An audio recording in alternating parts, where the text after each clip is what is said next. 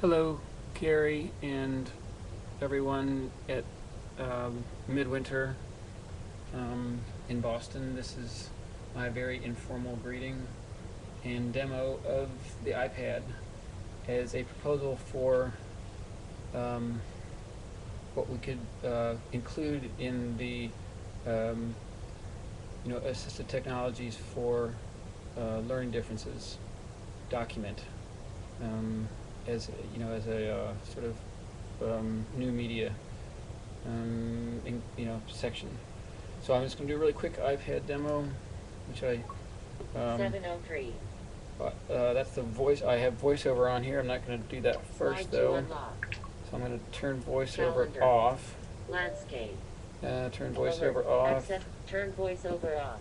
Voiceover All right. off. And now this is a picture of the touchscreen desktop of the iPad, and I'm going to just give a quick demonstration of three kinds of assistive technologies that are sort of cross disability that help people no matter what the condition is, by empowering them through their ease of use and quick pickup and attention sorts of issues. And then I'll go into the more specific technologies second. But this is to demonstrate how easy it is to pick this up. And I'm sure a lot of people know by now that 2-year-old kids can pick this thing up and immediately get a response out of it just by touching the screen. You can see that things happen as soon as you start to mess with it. There's not sort of nothing that you can do wrong. So, but there's three basic capabilities that the iPad has, other than it being a gestural interface, which is the most important thing, meaning that it's a very human and wet interface. And I'll talk a little bit more about that in a second. But okay, so the first one is the sound aspect. And this is a toy application called Bebot, and you can just move your finger around the screen. As I move up and down, it's changing the tone, the pitch level. As I go this way, it's changing the tonal quality, which means that it's like a big graph, a big math graph. But again, it's powerful and very human, is different from a keyboard. And there's not much that you can do wrong on here. And also, as a demonstration of how this is powerful, you can actually, let me see if I practice this. Let me see if I can speak with it. Almost. You can almost get it to say "wowee," and I don't know what's stopping the screen reader manufacturers from using this kind of, or including this kind of technology in their screen readers, so that someone who uses a screen reader could have a tone of voice.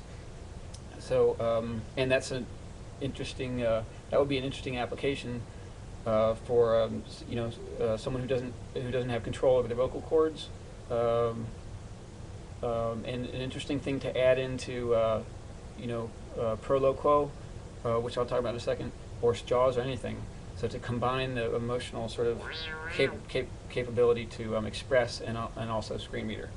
But anyway, the idea of it being a quick and interactive audio gestural tool is the first element. The second element is its capability to offer you, in the form of this toy, which is also a free application, a really wet and powerful visual interface that you can sort of see on there.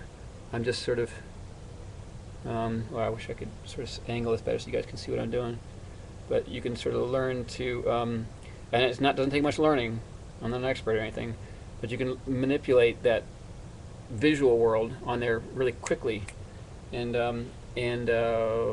with lots of payoff, and that gets attention deficit, autism, because it's so interactive, and lots of other different kinds of learning disabilities, but especially the social implications of those kind of disabilities have.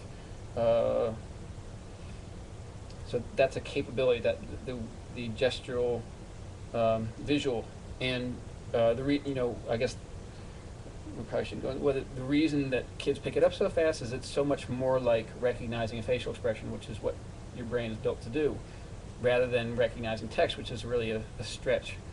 So that's the visual aspect. And then the third aspect in the form of this little talking cat app, which I'm going to, no, I do not like Christmas, I always have to say when I turn it on, is just a little example of interactivity. Just a little example of interactivity. So it just talks back to you, and you can, you know, it can. Okay, all right.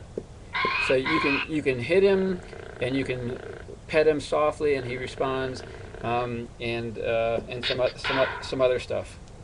So, but the idea there is that it's moving towards an intelligence, an artificial intelligence that not only engages kids, but also then will, you know, actually I don't. It moves on then to being able to train you, sort of with gives you a smooth ramp up to training. That I'm not sure if I have the other app here. There's one more app that I usually demo right after that. Yeah, I do have it, I think, which is also, again, a little bit of a toy, but maybe more of a research tool. And this one is called a micro expression trainer. And what it is a cartoon. I don't know what that one was like. I didn't see it. I must have got it wrong. You're supposed to guess, I think. So that one was smirk. It was a smirk. So that's is it a disgust or contempt? I think I might have got that right. Anyway, the idea here. Oh, that was surprise. Oh, did it? Okay, correct. So the idea there is that I've used that, you know, a couple of hours probably in total as I demo this thing, and it's trained me to be able to see micro expressions on people's faces. Got to say that I haven't actually ever been able to use it in the real world, but the idea there is that, you know, it's the interactivity of that first toy, the cat, can be then ramped up into real training in social cues and social skills. And there's a lot of applications out there for kids with autism who have difficulty recognizing emotional expressions in people's faces and stuff like that.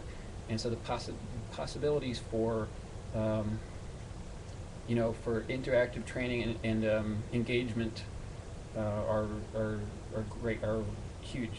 So those three things really, that it's a gestural tool, and the great thing about iPad is it's so big, so that you can really draw on it. You know, there's lots of art and music applications that are more complex, and people add in features and stuff like that than those first two I showed you. You know, a really simple example would be just a drawing application, which I know I have a bunch of on here, like this Zen brush, which, let me see if I can, okay, actually that was a pretty cool one. I hope I didn't erase that, guys. Okay, but the idea there is it's just an art application. This lets you draw on it, and that gesture, you know, a computer, the algorithm that a computer needs to be able to, you know, uses to understand that gesture or to copy from what you do, is the same kind of an algorithm that it uses to understand your tone of voice or the facial expressions. The lines on my face is a facial expression. So, and because it provides you interactive access, and we are great at using our hands to copy gestures, you know, the computer is much more of an intuitive interface for kids, and it engages them much more quickly. So I see I'm getting close to 10 minutes, and I'm going to add another one onto this with some more. Well, I guess probably the last one is this Proloquo to go, which is a really comprehensive speaking app, although I got to say I've spent a long time with it and I still can't use it. And I guess, you know, if you use it on a daily basis, it gets easier to use it because you use it so much. I will be hopefully writing a curriculum for Proloquo with one of our customers who's interested in learning to use it. And Proloquo. My name is Patrick. Want to hear a story? Yeah, I didn't just sell you a car there, which, you know, because it doesn't have an emotional expression, but it does. It allows me to speak if I don't have the capability to speak. Anyway, thank you very much. This is Patrick signing off Happy ALA midwinter in San Diego. Bye now. Ooh, it's going over 10 minutes. How is that possible? Well, I'm just going to stop it anyway.